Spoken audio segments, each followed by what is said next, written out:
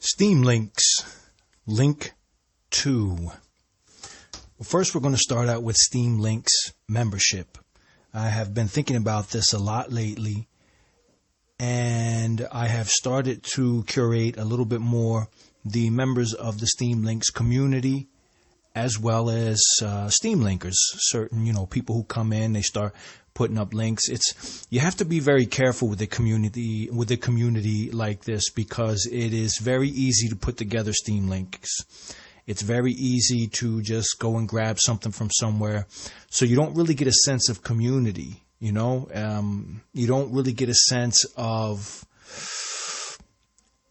membership of something that is going to be kind of engaging like a community. I mean, the members don't really share anything about how to improve the community. There's not a lot of dialogue between members other than those who participate in Penny for Thought. So it's kind of it's a small community. I've always said this in the past, and I'll repeat it again.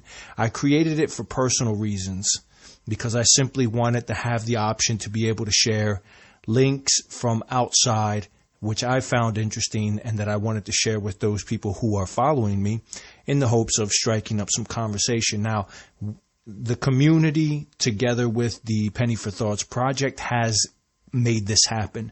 But now that the community's been around for a while and there are some, let's call them regulars, it kind of it made me pause and ask the question, what about curating this community, seeing that there are people who are, I won't use the word genuinely, because I do sometimes go into certain people's pages, and if the only thing you're doing on Steem is Steem links, well, it's very probable that it's an alt account or just some farming account, But, if you can make your page look, because, look, we've always had farming on Steem, right?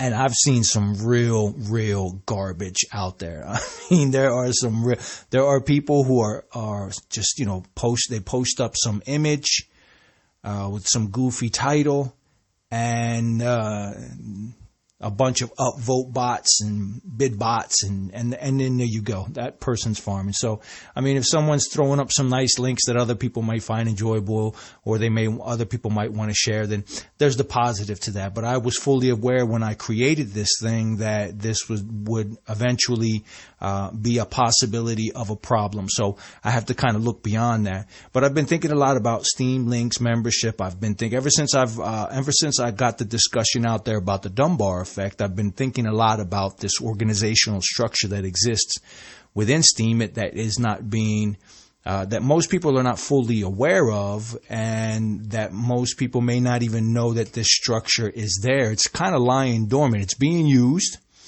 but it's being used almost in a compartmentalized way. I mean, nobody really gives a lot of the communities don't give a real value to membership. Like, what does it take for you to become a member of a community? First, you come in as a guest, and some people have different achievement levels, or whether they're sergeants and lieutenants. I mean, there's all kind of creative stuff out there. I really like the creativity that's going into these communities. But I'm looking at the organizational structure to see how can we go from company, Steem It Inc., down to guests, and what kind of structure can be created so that there's an organizational structure that promotes growth through genuine connections, because that was the real winner for Facebook, creating connections. So, I mean, it's something that's worked in the past. It doesn't matter what we think of Facebook today. It was one of the principal things that really got that social network really catapulted out into the mass adoption that it received.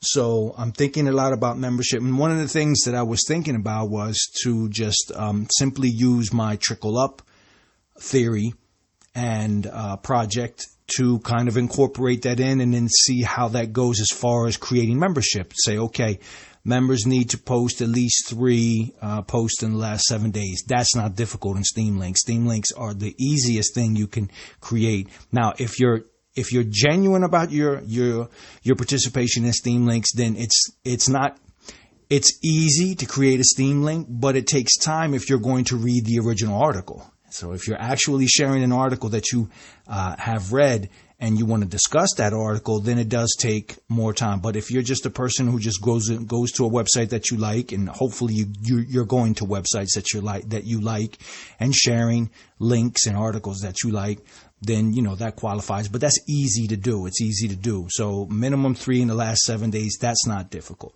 No powering down. That's not, now remember, when we're talking about membership, that doesn't mean participation. Anybody can come into the Steem Links community and use the Steem Links community to share their Steem links. But I'm talking about what is the criteria for membership. That's what I'm looking at. So no powering down, because this then becomes part of the trickle up thing, deciding who gets what votes, and to seeing if the trickle up ecosystem can have some value within the Steem Links community. I don't know. That's still an open question at the moment, because I put Trickle Up on pause, but I'm going to kick it back off again within the Italian community, because it's still an evolving project and it's still an evolving idea, because I'm doing it outside of what I had originally intended. So there's a lot of 2 steps forward, 1 step back, 2 steps forward, 1 step back, so that's how that's going. So I had thought about incorporating that into the Steem Links community. But I still don't know how, or I haven't really worked out all of the details, because what I want to do is I want to incorporate in part of membership is that you use the Penny for Thoughts project by setting a minimum beneficiary than those who want to. We're still working that out, because I'm in discussions with Steve, the moderator, Remlapse. I'm still in discussions with him to see how we can come up with something that could potentially thwart people who want to abuse the system, but at the same time get more people participating in the Penny for Thoughts, because it's really turning out nice. The account is built up well. The program runs smooth as can be, and people within the Italian community have experienced a great surge. Yes, you're always going to have your commenters who come in, they just want to leave a comment because they want to get their little tip. And okay, but when you don't look at the negative when you have a whole lot of other positive, because there are members in the Italian community who are enjoying the fact that there are more people coming into their posts, leaving comments and allowing them the opportunity to express their thought as well. I mean, I'm going through the same thing.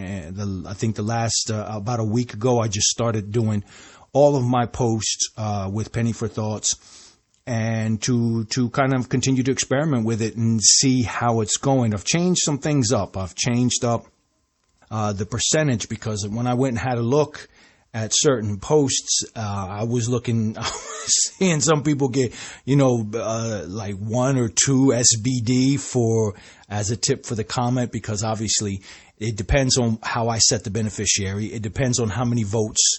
And sometimes some of my posts can get up to $12, $15 as far as the SBD value is concerned. So, people getting 1 or 2 SBD for a simple comment that they had left doesn't seem like a tip to me. It seems so I said, okay, I'm going to back down a little bit. I'm going to see how this, because my Steem power is also increasing. So as my Steem power increases, the 25% vote that I give to all of those comments in Penny for Thoughts, they have more value now. So I want to consider that you're going to get value if I vote you in to the project, to the Penny for Thoughts project, and then what you get as a tip at the end. I don't think one should grossly exceed the other. You understand what I'm saying? Because because then that takes away from my ability to grow. Okay, if that makes any sense, and to manage my Steem power. Okay, went a little long-winded on that membership thing. The link of the day: cryptocurrency exchange Binance hires former U.S. Treasury criminal investigator.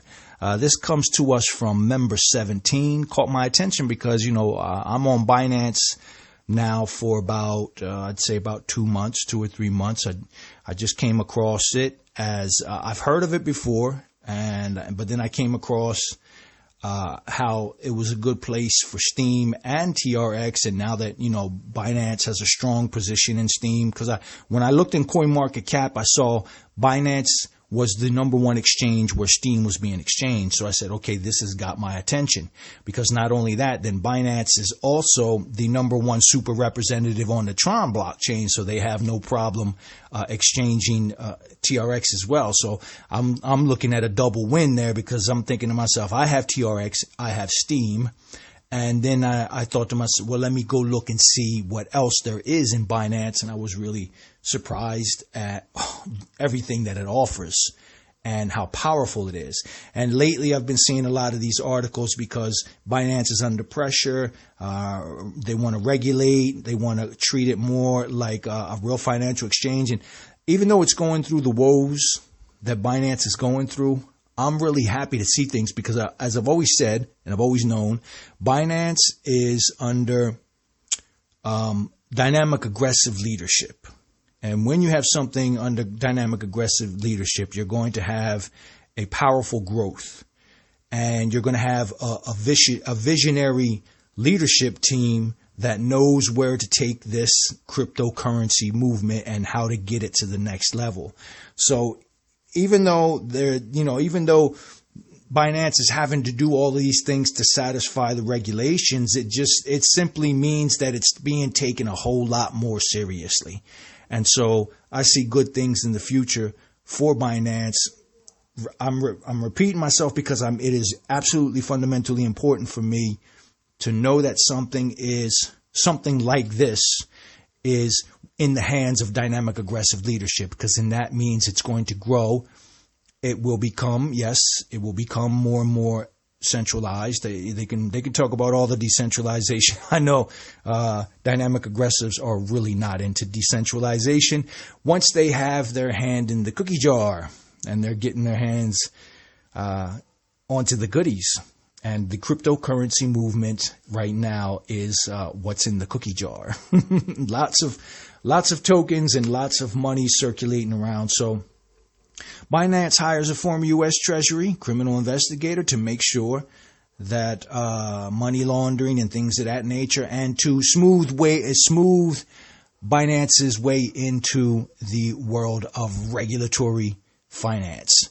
And I have the feeling that Binance is really going to find their next home in South America, where a lot of places are starting to accept cryptocurrencies. I mean, Binance, it can move. It's a company.